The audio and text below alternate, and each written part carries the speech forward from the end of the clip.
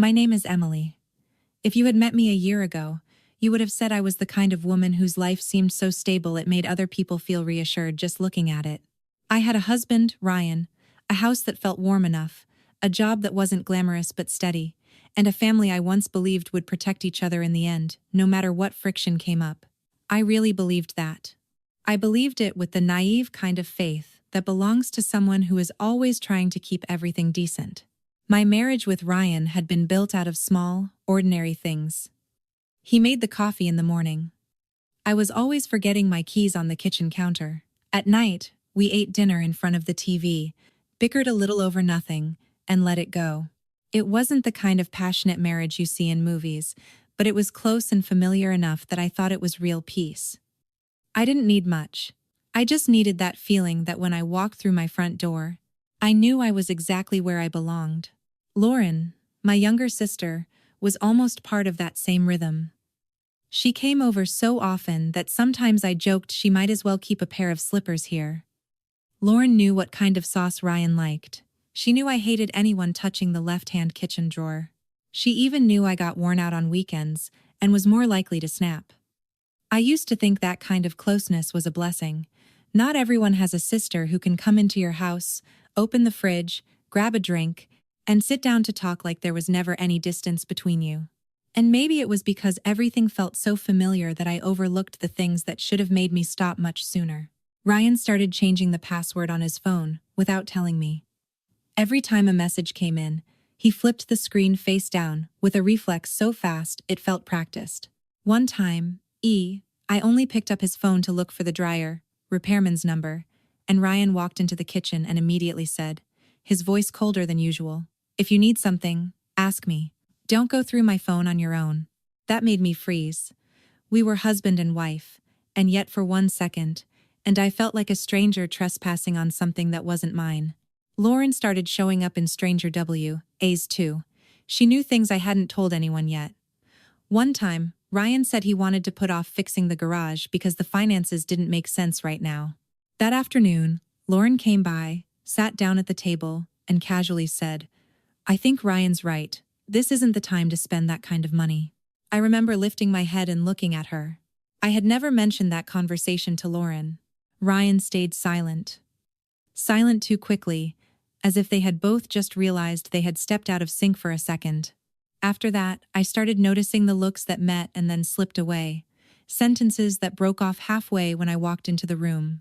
Silences that stretched longer than they should have, as if my house was holding a conversation I was always the last person to arrive for. It was hard to name that feeling. It wasn't loud. It wasn't obvious. But it was sharp, like a thin shard of glass, slicing into my palm a little more every day. I tried talking to Ryan. I asked him outright why he always seemed to take Lauren's side, even in things that had nothing to do with her. He looked at me with more weariness than surprise.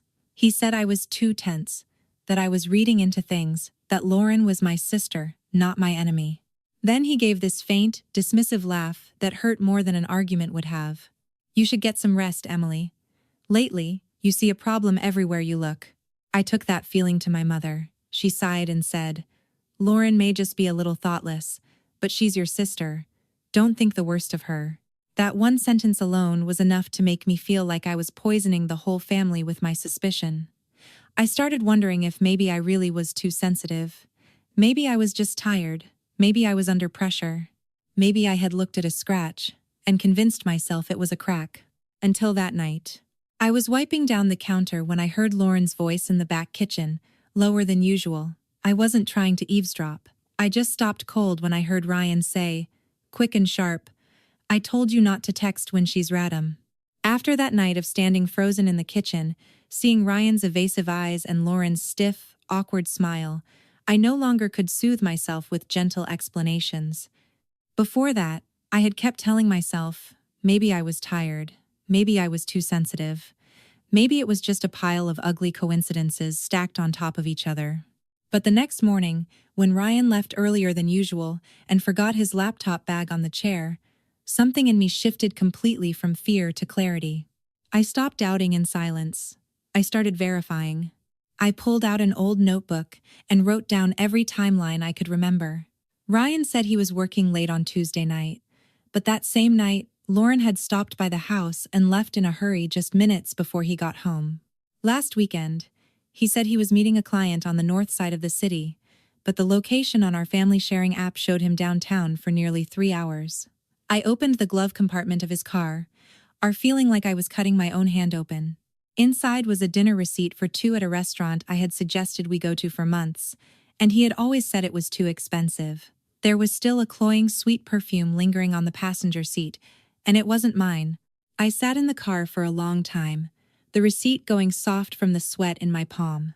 I went back to my office and opened the old tablet Ryan barely used anymore because he assumed he wasn't still logged into anything on it. He had deleted a lot, but deleted didn't mean gone. The cloud photo library still had backups. I scrolled past dozens of work photos, receipts, a few meaningless screenshots, and then my heart dropped when I saw a mirror selfie taken in an elevator. Ryan was standing behind Lauren, close enough that there was no room left for any explanation.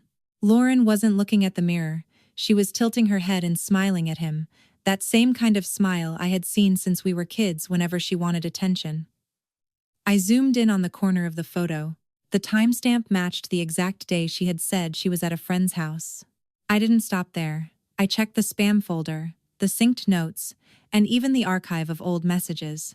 The evidence appeared in pieces, then joined itself into one disgusting straight line. There was a hotel booking confirmation for an afternoon. Ryan had claimed he was at a conference. There was a text from Lauren. She's starting to notice. And Ryan replied, I'll handle it. Don't text when she's nearby. The further I read, the more my scalp went numb. The pain of being betrayed wasn't even the thing that chilled me most. What made me want to throw up was the way they talked about me, as if I were an obstacle, some messy problem to be cleared out of the way. I screenshotted everything and forwarded it to a new email account I had set up that morning. The deeper I dug, the clearer it became that they weren't just sleeping behind my back. They had been preparing an exit strategy for a long time. In another thread, Lauren wrote, Mom trusts me more. She also thinks Emily hasn't been right lately. Ryan replied almost immediately, let people think she's stressed and losing control. It'll make things easier when the time comes to talk. I had to put my phone down on the desk because my hand was shaking too hard. What had they been saying about me? Since when? To whom else? My mother ending calls early lately, Aunt Susan avoiding my eyes, my cousin's pointed question about whether I needed to see a psychiatrist. Suddenly, it all snapped together into a picture so suffocating, I could barely breathe. That afternoon, I decided to ask Ryan directly. I held the receipt out in front of him the moment he walked into the kitchen. His face stalled for half a beat, then turned cold. He didn't apologize. He didn't panic like someone who had been caught. He looked at me the way you look at an inconvenience and said, Emily, did you go through my things? Do you seriously think this is what a normal person does? I heard myself laugh, dry and bitter. I asked him what the elevator photo was supposed to be. Ryan ground out, you're turning everything into something sick. Lauren is your sister. Right then, Lauren, video called. I answered it. The second she saw my face, she blinked very slowly, then said in a voice so wounded it was obviously fake. What are you accusing people of now? Do you even realize how exhausting you've been lately? I hung up before I threw the phone at the wall. Not because I was afraid. I needed to stay clear-headed enough to gather everything that might still save me. I went back to the computer, downloaded the entire email chain, captured the messages, saved copies of the room booking receipt, tea, and the location history. I even found an audio recording in the synced voice folder, probably something Ryan had recorded by accident while his phone was in his pocket. Lauren's voice came first, low, but clear.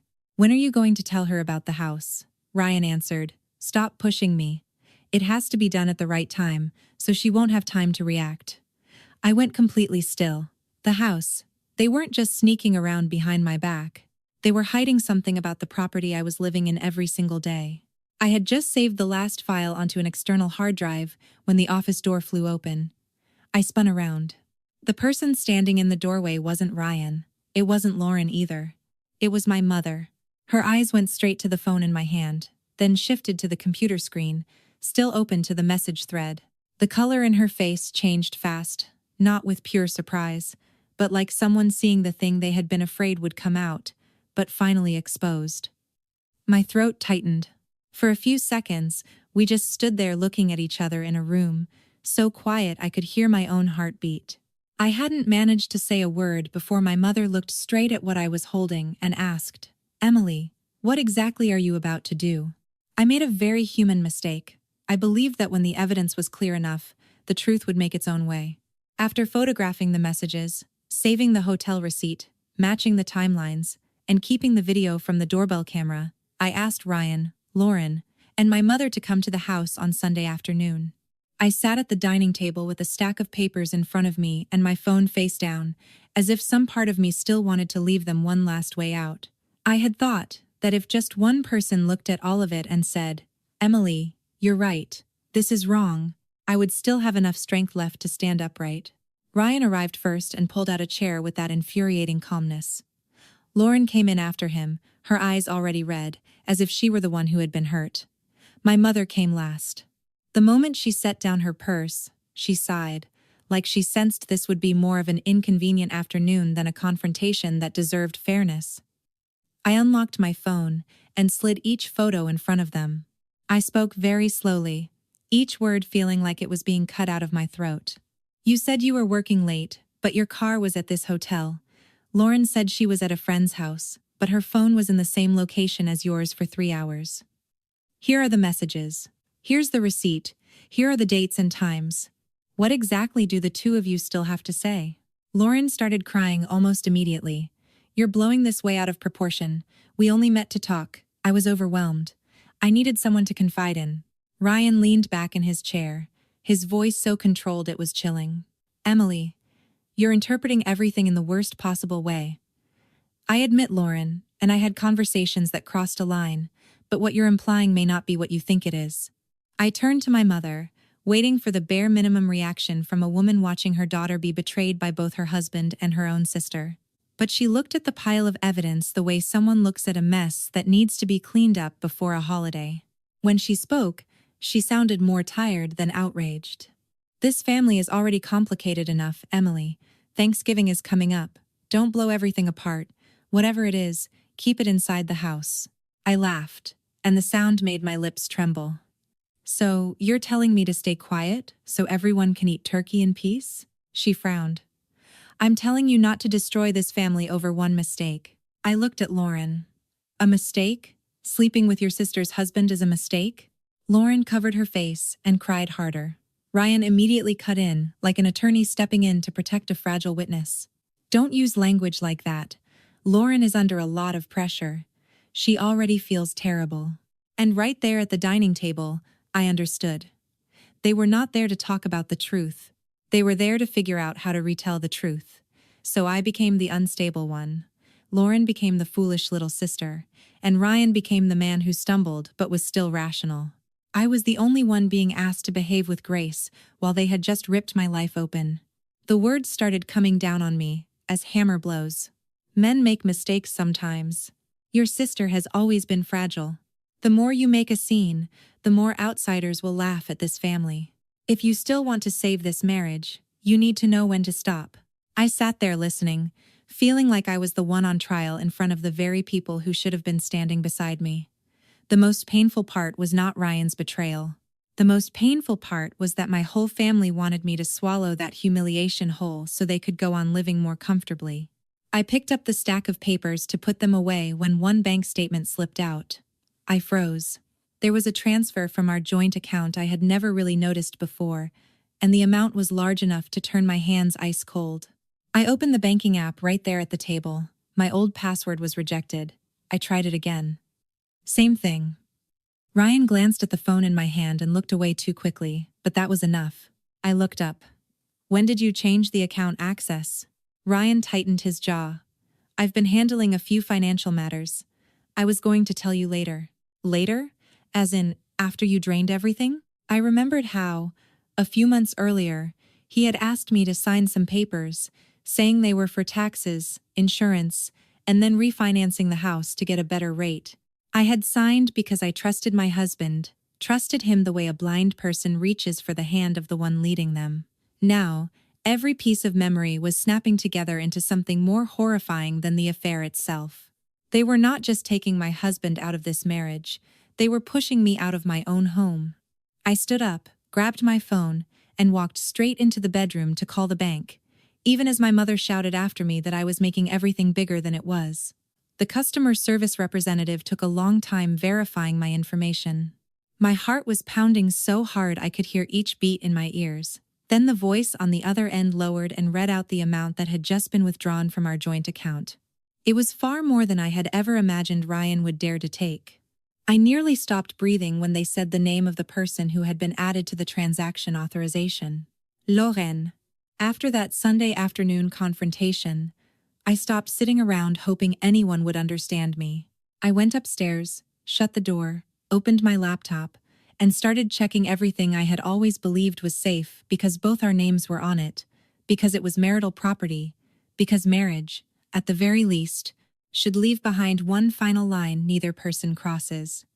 But the more I opened, the more it felt like someone was pulling bricks out from under my feet one by one. Our joint savings account was almost empty. The transfers had been split into smaller amounts, spread out over weeks, done cleverly enough that if I hadn't looked closely, I would have mistaken them for ordinary household payments. There was a new credit card opened in the name that I had never signed for. An email from the bank about changes to the authentication method had been sent 3 weeks earlier, but I had never received it because my secondary access had been removed. I called customer service, keeping my voice so calm that even I barely recognized it. The person on the other end confirmed there had been a request to update the contact information, paperwork submitted with an electronic signature, and even an inquiry about restructuring the mortgage. I sat there frozen for a few seconds, then dug through the file folder in my desk drawer. The cover for the house documents was still there, but several copies were missing. Last year's tax return had been pulled from the binder clip.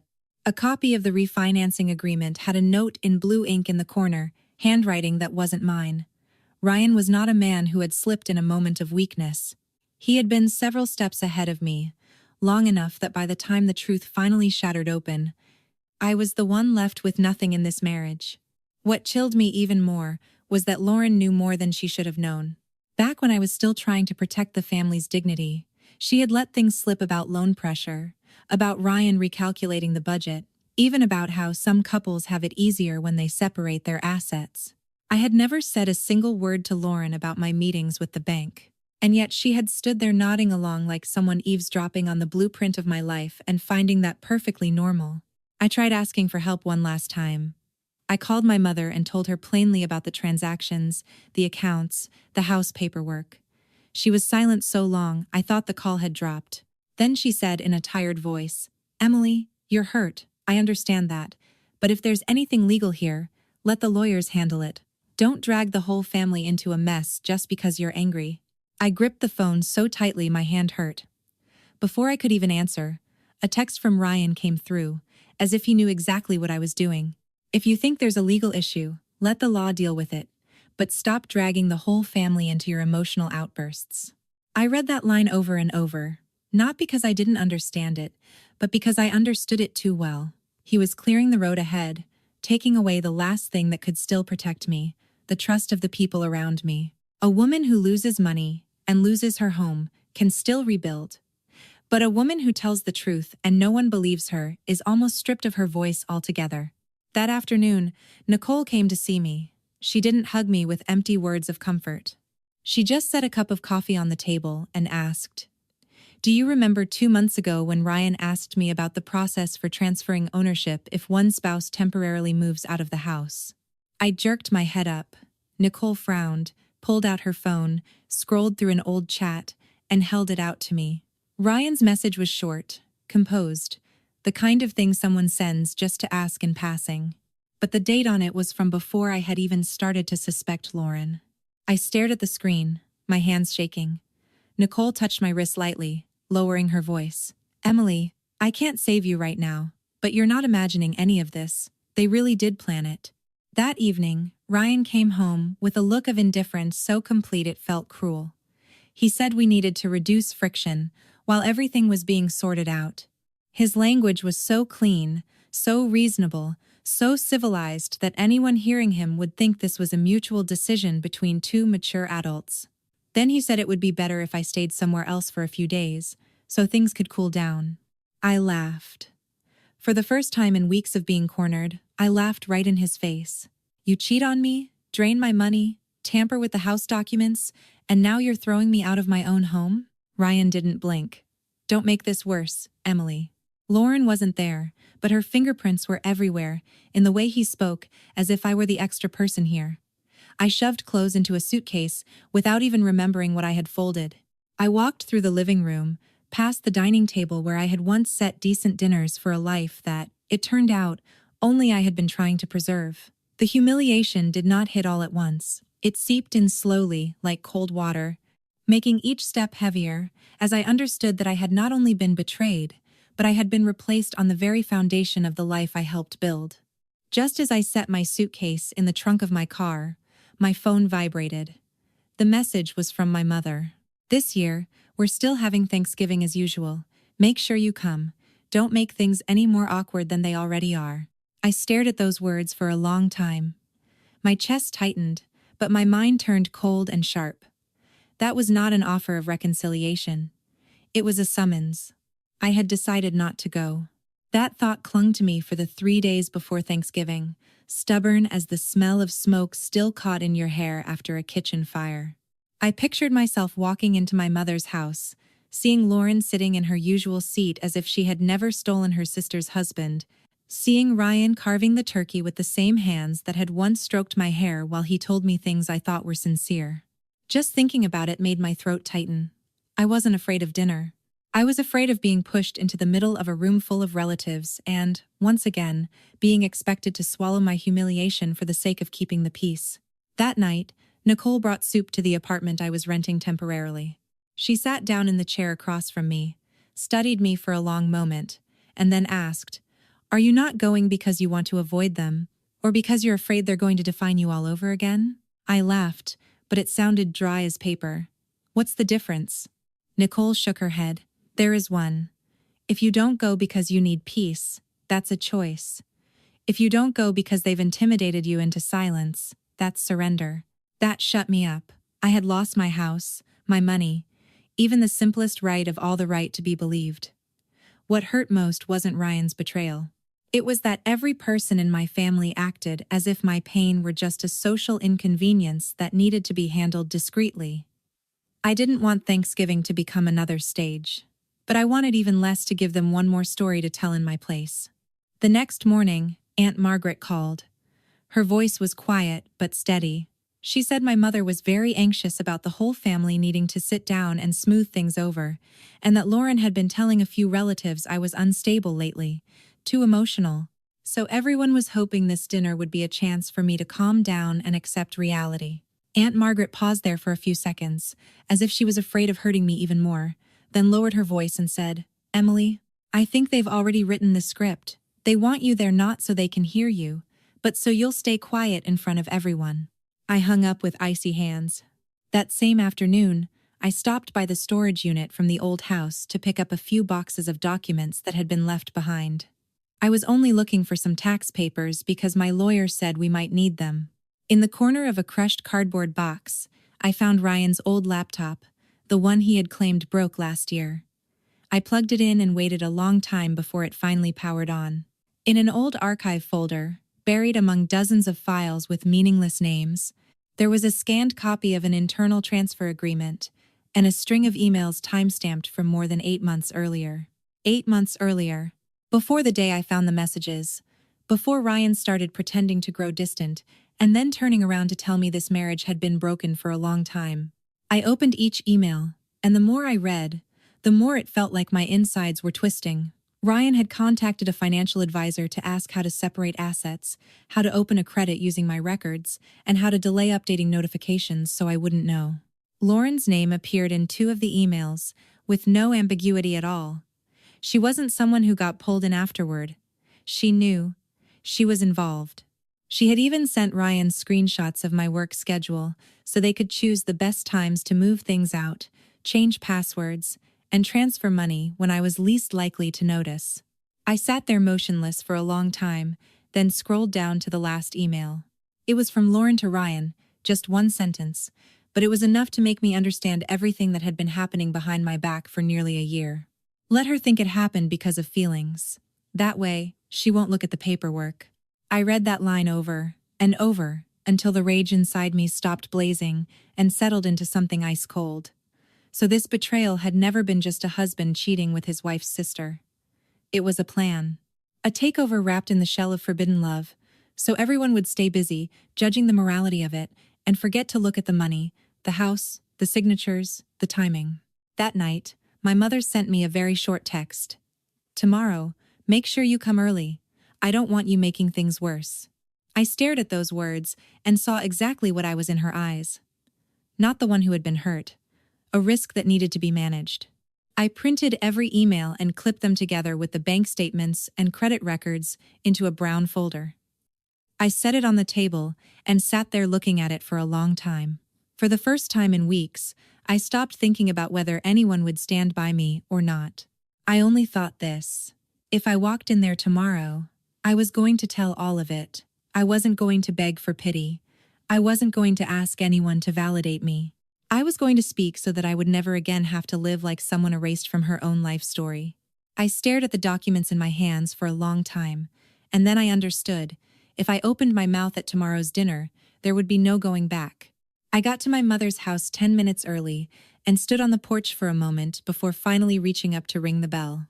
The smell of butter, cinnamon, and roast turkey drifted out from the kitchen, the kind of smell that, for so many years, had always made me feel lighter, but that day, it made my stomach clench. When the door opened, my mother looked at me as if she had rehearsed a gentle expression in advance. She stepped aside and said softly, "Come in. Everyone's almost here." It sounded normal enough, but the way she avoided looking me straight in the eye told me everything I needed to know. Everyone in that house had already heard a version of me before I had even stepped inside. Ryan was standing beside the kitchen counter, a glass of wine in his hand, calm to the point of cruelty. Lauren was arranging napkins beside my mother like a good daughter home for the holidays. When she looked up and saw me, her lips tightened for a second, then stretched into a thin smile. Ryan gave me a nod, the kind you'd offer an acquaintance at a dinner party. That calmness was what almost made me laugh. The two people who had torn my life apart were standing in the middle of my family, wearing innocence like a costume, as if I were the one who had created all the chaos. I sat down near the end of the table, in the seat that had always been mine at every holiday gathering. That night, it felt less like a place setting and more like a chair reserved for the accused. Nicole sat slightly to my left and quietly rested her hand on my knee beneath the table, giving it the slightest squeeze. I knew what she was telling me. Breathe. Don't let them force you into the role they've already written for you. The first few comments around the table sounded just like every other year. Was traffic bad? How was my new apartment? Was work going okay these days? But within minutes, that thin, polite surface began to peel away. Uncle David swirled the wine in his glass and said, as if it had just slipped out, "Every family has its mistakes. What matters is knowing how to help each other save face." My mother followed in the same even tone. "The holidays are a time to let old things go." Lauren blinked and lowered her eyes. Ryan cut into his food as though he agreed with that generous holiday spirit. I set down my fork. The soft click of metal against china was quiet, but loud enough to make the whole table look up. I asked, "Which part exactly do you all want me to let go first? The part where my husband slept with my sister? Or the part where those two told the whole family I was paranoid, reckless with money, and destroyed my own marriage?" My mother let out a breath. "There you go again." Ryan turned to me immediately, his voice low and controlled, the same voice he always used whenever he wanted other people to believe I was the unstable one. "Emily, I already told you, what happened between us is more complicated than the way you're telling it. You're making everything worse in front of the whole family." I looked him straight in the eye. "What exactly is complicated, Ryan? The part where you got into bed with Lauren while you were still sleeping next to me every night, or the part where you quietly moved money out of our joint account and let everyone think I was the one falling apart?" Lauren jerked her head up. Her eyes reddened almost instantly, as if she had been waiting for this exact moment. "You always talk like I deliberately stole something from you. I made my choices, Ryan made his. Your marriage had been broken for a long time. I laughed, this time out loud. Broken because of who? Because you kept slipping yourself into every crack in my home, or because you spent your whole life feeling like you were behind me, and finally decided to take something that belonged to me just so you could feel like you'd won for once. The entire table froze. Lauren went pale. My mother frowned.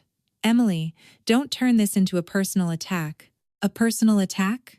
I turned to her. You call it a mistake when my sister sleeps with my husband, but when I say why she did it, suddenly that's a personal attack. Does that really sound fair to you? Ryan cut in faster than I expected. That's enough. You're twisting everything to make yourself look like the only victim here. You'd been cold to me for months. You controlled every financial decision. You made that house so suffocating that no one could stand being in it. Nicole looked up, her voice crisp and sharp. You just said Emily controlled the money, even though you were the one moving funds out of the joint account and opening cards in her name. Do you want me to read the transaction dates out loud right now? Ryan faltered. Just for a beat, but it was enough to make a few people at the table glance at each other. Aunt Margaret, who had been silent since dinner began, slowly set down her water glass. My father, seated at the other end of the table, straightened in his chair. The balance in the room began to shift. Only slightly, but I felt it. I turned back to Lauren. You want everyone here to believe this just happened, don't you? So let me remind you. You didn't make a mistake. You started texting Ryan before I ever found out. You told him you'd spent your whole life being compared to me. You told him you were tired of always coming second. You told him I had everything: a good husband, a beautiful house, a stable career. You thought if you could take my husband, then for once you would be the one who got chosen. Lauren slammed her hand against the edge of the table. You went through my messages and made all of that up. I don't have to make anything up. I held her gaze. You wrote it all down yourself. Ryan turned to Lauren at once, and something flashed across his face that looked more like panic than anger. In that instant, I understood something else too. Even between the two of them, there were parts of the truth they had never fully aligned on. He spoke quickly. No one should let her steer this. Emily's desperate about the house and the money, so now she's trying to drag everyone down with her. My father finally spoke, his voice low and rough. Then explain the transfer papers and the withdrawals. Ryan turned to him, trying to put his composure back on. You're only hearing Emily's side. I handled the finances because she was unstable and making impulsive decisions. I did it to protect the assets. My insides felt like they were on fire. Protect the assets by forcing me out of the house I helped pay for? Protecting them by telling a lawyer I was incapable of managing money? My mother looked up, and for the first time, real shock crossed her face. Incapable of managing money? What does that mean? Ryan said nothing. Lauren turned to him too quickly, as she had just heard a detail she hadn't known either. I gripped the edge of my chair. At last, the cracks were beginning to spread back toward them. Nicole opened her purse and pulled out her phone. You want to know what it means? I have a forwarded email from the bank and a copy of the petition Ryan asked a lawyer about for temporary financial conservatorship. He was trying to build a case that Emily was unstable so he could legitimize taking control of the assets. Nobody. Ryan's voice dropped into a growl, and for the first time, the calm mask split wide open. Nicole, you should be careful about what you say. You should have been careful about what you did. Nicole shot back, never taking her eyes off him. At that moment, Aunt Margaret, the one who had sat quietly at the corner of the table all through dinner, lifted the paper bag from the floor onto her lap. Slowly, she took out a neat stack of clipped documents. I think, she said, her voice quiet but clear. It's time the family heard the rest of it. The sound of the papers landing on the table was very soft. But after that, no one could even hold a knife or fork anymore, because for the first time, everyone was looking at Ryan and Lauren for who they really were. The room went silent after the recording ended, but it wasn't the silence of peace. It was the kind of silence that felt as heavy as a vault door slamming shut, locking everyone inside with what they had just heard. I looked straight at Ryan first. His face changed fast, draining pale with shock before flushing red with anger. The calm, composed act he'd worn all evening, the misunderstood man trying to keep his dignity, was gone. Ryan set his wine glass down hard on the table, his voice low and tight. That recording doesn't tell the whole story. You're cutting things up to make everyone think I'm a monster. Before I could answer, Lauren jumped in, so quickly that her panic showed. You're always like this. You always have to be the one everyone feels sorry for. Do you have any idea how exhausting it is to live around you? The moment she said it, I saw my mother freeze. My father lifted his head all the way up, and I understood that Lauren had just torn off the last of her own mask. Ryan turned to her, his stare cold. Shut up. If you hadn't kept calling me every time something happened, none of this would have gotten this far. Lauren let out a dry laugh, the sound of it like crushed glass. You're blaming me. Was I the one sleeping with my sister's husband? Or were you? Was I the one moving money out of the joint account, hiring a lawyer first, then telling everyone she was unstable? Or was that you? The whole table jolted at that. Ryan snapped toward her, his face stiffening. He wanted to drag this back into the shape of a private marital mistake, a moment of weakness, an ugly affair, but still something personal. What he hadn't expected was that every loose piece had now connected. The affair was only the beginning. The rest was money, paperwork, smear campaigns, phone calls behind my back, and even the plan to use this Thanksgiving dinner to pressure me into staying quiet in a family trial they had already staged. I pulled my phone closer and set another stack of papers on the table. Then let me say all of it, so we can stop wasting time dancing around it. These are copies of the transfers Ryan made out of our joint account 3 weeks before I found out. This is the email exchange between his lawyer and the bank, sent before he ever said he wanted to handle this peacefully. These are Lauren's texts to Aunt Susan, saying I was out of control, spending recklessly, and that Ryan had to protect himself. And this is a photo of the temporary stay paperwork for the apartment Lauren rented for him. I could hear my own voice clearly steady, cold, not shaking the way I had imagined it would if this day ever came, not like all those nights when I thought I would scream. It turns out that when a person has been hurt long enough, they don't need to scream anymore. They only need to tell the truth, one word at a time, and that alone is enough to leave an entire room too stunned to interrupt. I started getting suspicious when Ryan changed the banking password. I told myself maybe I was overthinking. I saw Lauren avoiding my eyes, and I listened while everyone told me not to imagine things. I tried to save my marriage while these two were already clearing their escape route. When I discovered the affair, I hadn't even had time to breathe before people in this family were already calling each other, getting their stories straight, so I would be the one who looked hysterical. They didn't just betray me, they built an entire version of events to make me look like the person tearing this family apart. My mother covered her mouth with her hand. Aunt Susan looked down at her plate as if the pattern on it had suddenly become more interesting than I was. My father sat completely still for a long time before he finally asked, his voice rough, "Is all of it true?" Ryan still tried to fight his way out. I moved the money because I knew she'd make a huge scene. I had to protect myself. And Lauren, whatever happened between us started after this marriage, was already dead in every way that mattered. I turned to him. When did the marriage die, Ryan? When you held me and told me you loved me, then texted my sister to say you missed her? Or when you asked me to sign those property restructuring documents because it would be better for tax purposes, while you were already preparing paperwork to force me out of that house? Lauren clenched her jaw. Tears had risen in her eyes, but they no longer made her look pitiful. You've always had everything, a stable job, a nice house, everyone thinking you were the standard. And what did I have? In this family's eyes, I was always the one standing behind you. For once, I wanted something that was mine. I looked at her and saw it clearly.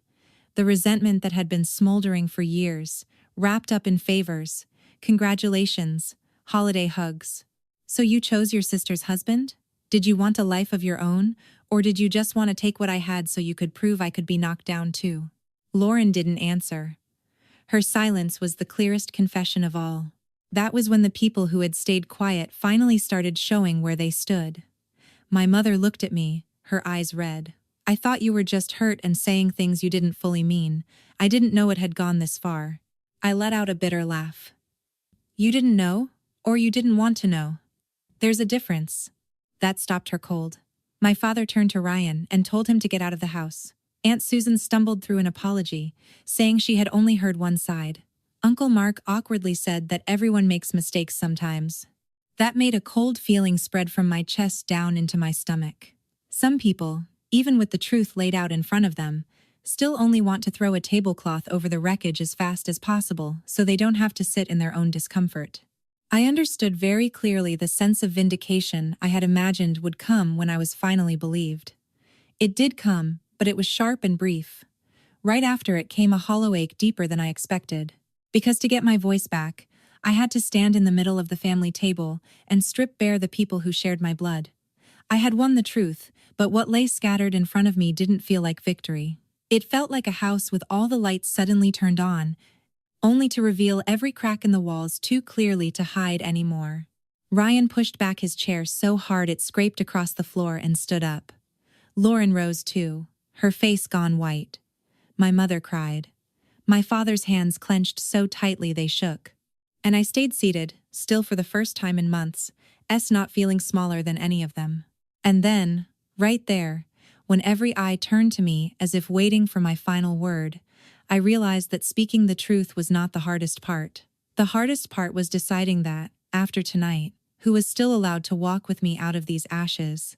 I looked around the dinner table, the place we used to call family, and understood that telling the truth was only the first half of the fight. The other half was choosing who deserved to move forward with me. I didn't leave the table the moment everything blew apart.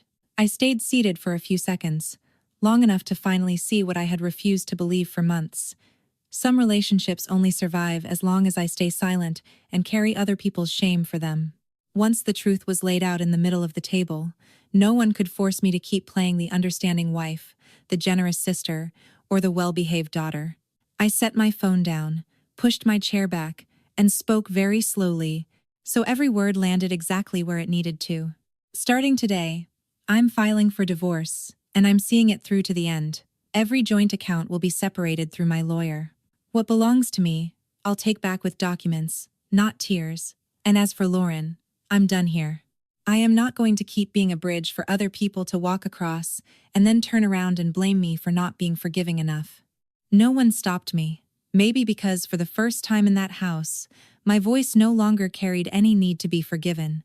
Ryan looked at me like he was still waiting for the familiar retreat, a half-open door he could slip through with a few belated apologies. But he had nothing left to bargain with. The recording, the bank transfer records, the messages Nicole helped me back up, everything had already been sent to my lawyer before that dinner. Ryan wasn't just losing this marriage. He also had to face the fact that he had used our shared finances to hide the affair and had planned to push me out of the very house I had helped pay for. The reputation he had maintained in front of my family, our friends, and his co-workers collapsed faster than any excuse he could come up with. Lauren was different. She wasn't screaming anymore. She just sat there, eyes red, but I didn't see regret in them. I saw fear, real fear, the fear of realizing that the thing she had fought to steal had not made her the winner. Ryan wasn't even looking at her anymore. My mother sat in silence, her hands clenched together so tightly her knuckles had gone white. She had defended Lauren because she wanted to preserve a version of the family that looked better than the truth. That night, she lost that version. My father was the only one who managed to say anything clearly. He turned to Lauren and said, "If you ruin your own life, you can still fix it. But when you ruin someone else's and then expect everyone to call it a mistake, that doesn't get to pass so easily." I left my mother's house right after that. Outside, it was cold, and the wind hitting my face snapped me fully awake. Nicole was waiting for me in the car at the end of the driveway. The moment she saw me come out, she opened the door from the inside. I sat down in the passenger seat, shut the door, and only then realized my hands were shaking. Nicole didn't ask me if I had won. She didn't tell me I had to be strong. She just placed a warm cup of tea in my hands and said, "It's over. You don't have to prove anything anymore." The weeks that followed were not beautiful in the way movies pretend they are. There was paperwork, meetings with lawyers, mornings when I woke up feeling like someone had stolen the air from my lungs. I moved out of the old house and rented a small apartment with a window overlooking the parking lot and an old maple tree at the far end of the courtyard. I went back to work, slowly but steadily. I learned to stop telling my story like it was an indictment, just to beg someone to take my side. The people who believed me stayed. The people who still wanted me to stay quiet to make life easier, I left them outside my life. My mother texted me many times after that. Some messages were apologies, some circled the truth, some were long stretches of silence. I didn't block her, but I didn't go back right away either. Some cracks have to be left alone long enough if they're ever going to heal. As for Lauren, I cut off contact completely. I didn't do that because I hated her so much. I wanted revenge. I did it because I finally understood that protecting my peace was not selfish. It was the bare minimum I owed myself. The following Thanksgiving, I wasn't sitting at that old table anymore. I invited Nicole and 2 friends from work to my little apartment. There was no beautiful tablecloth, no forced perfection. The turkey was a little dry, the pumpkin pie had split across the top, but the whole room was warm with something it had taken me a very long time to find again. Truth that needed no decoration. When everyone had gone home, I stood alone at the sink and looked at my reflection, faint in the dark window glass. For a long time, I thought I had lost everything: my husband, my sister, my family, my home, even my right to trust. But in the end, when everything false had fallen away, what remained was not ruin. What remained was me whole in the most painful way, the clearest way, and also the most precious. From that moment on, I stopped waiting for someone to hand my life back to me. I took it into my own hands.